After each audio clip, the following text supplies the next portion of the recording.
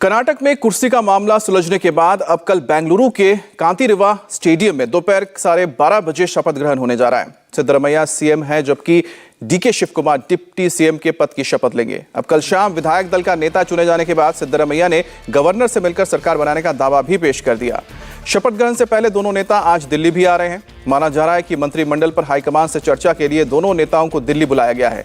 कांग्रेस ने कल बेंगलुरु में शपथ ग्रहण को ग्रैंड बनाने के लिए बड़े पैमाने पर तैयारियां भी शुरू कर दी हैं। शपथ ग्रहण में सोनिया, राहुल और प्रियंका के साथ मोदी विरोधी तमाम नेताओं को न्योता दिया गया है। शरद पवार, ममता बनर्जी, नीतीश कुमार, हेमंत सोरेन के साथ अखिलेश यादव और तेजस्वी को भी शपथ ग्रहण का न्योता दिया गया है।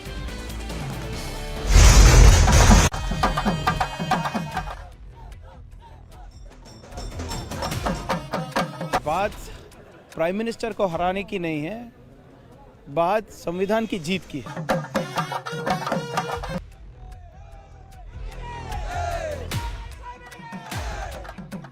जिस दिन कर्नाटक में वोट गिरा, ये 2024 की तैयारी के लिए गिरा। ये कर्नाटक का वोट नहीं था। सिर्फ 2024 में कर्नाटक में मेरे ख्याल से कम 18 सीट तो हम जीतेंगे। कर्नाटक की बम्पर जीत ने कांग्रेस के लिए केवल प्राण फूंकने वाली संजीवनी बूटी का ही काम नहीं किया, बल्कि अब पार्टी 2024 का लक्ष्य प्राप्त करने के लिए दोगुने जोश से काम करने में भी जुट गई है।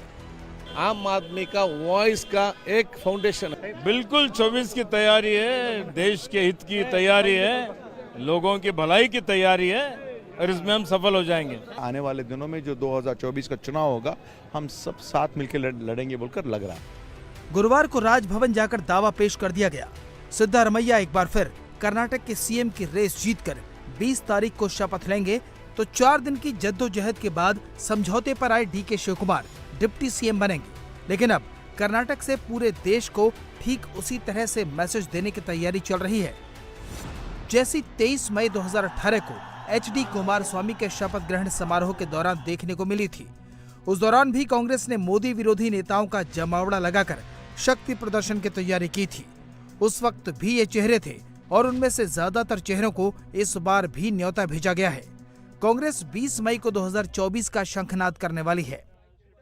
सर, क्या कर्नाटक का जो मैंडेट है सर, क्या कांग्रेस पार्टी के लिए 24 के चुनाव जो है वो एक बहुत मॉरल बूस्ट करेगा कांग्रेस पार्टी का? आपको ऐसा लगता है? ये करेगा ये अच्छी तरह से।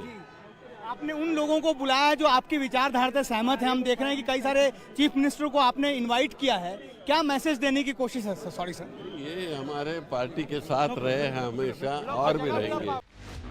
सीएम की कुर्सी का झगड़ा खत्म होते ही कांग्रेस ने शपथ ग्रहण को विरोधी दलों का ग्रैंड इवेंट बनाने की कोशिश शुरू कर दी।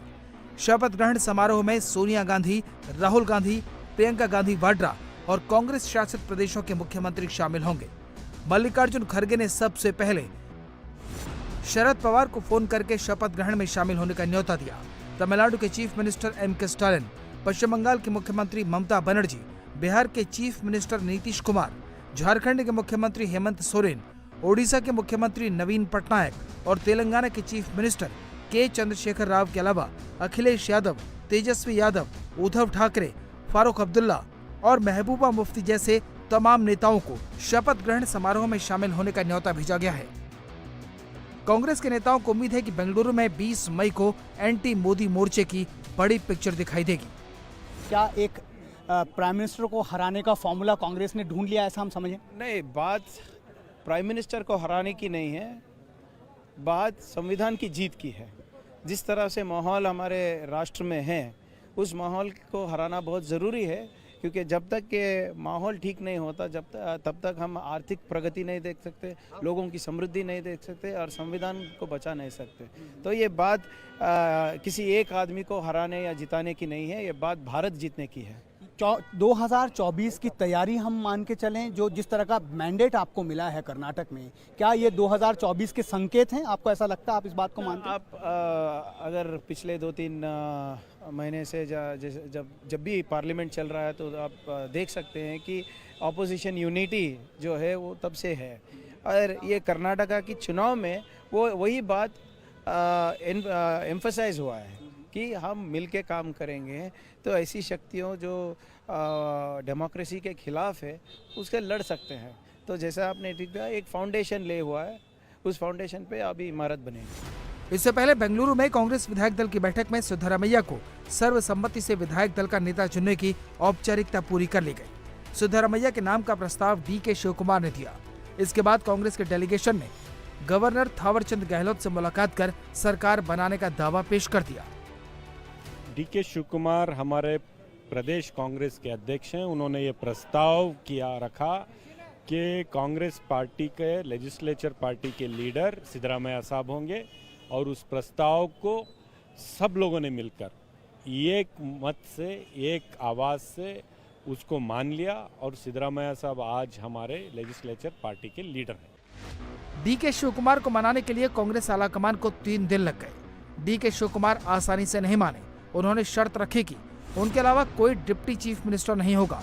नंबर 2 की पोजीशन पर वो अकेले रहेंगे और डिप्टी चीफ मिनिस्टर के साथ साथ वो कर्नाटक प्रदेश कांग्रेस के अध्यक्ष भी बने रहेंगे। सिद्धरामैया इस बात के लिए भी तैयार हो गए कि मंत्रिमंडल के गठन में डी.के. शिवकुमार की राय को तवज्जो दी जाएगी। उनके करीबी नेताओं को मंत्रिमंडल में जगह मिलेगी। डी.के. शिवकुमार की शर्तों को मानने के बाद ही कल रात 1:30 बजे ऐलान किया गया और सुबह दोनों ने पहले के.सी. वेणुगोपाल के घर में नाश्ता किया। उसके बाद मल्लिकार्जुन खड़गे के घर जाकर साथ में हाथ उठाकर तस्वीर खिंचवाई। यहीं से सिद्धरामैया और डी.के. शिवकुमार साथ साथ दिल्ली से बेंगलुरु गए। आज दोनों नेता मंत्रिमंडल के सदस्यों के नामों पर चर्चा के लिए दिल्ली आ रहे हैं। When people have given such a big mandate, definitely we should be happy, we should deliver, we should fulfill the promises what they have given. That is our main motto, agenda. Are you happy that you had made Deputy CM or are you upset? Why I should be upset? Because there is a long way to go.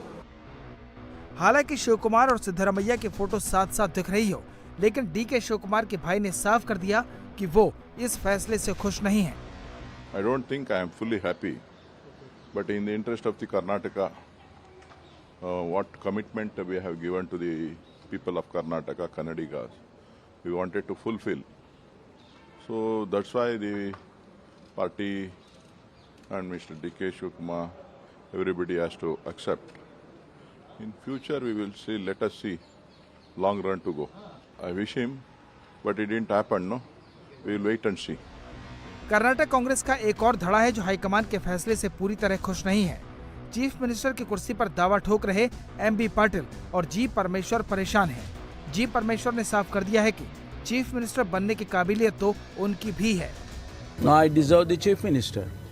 Why only deputy chief minister? But at least if the party has to take everybody together, run up to the parliament election, everybody should together work for that.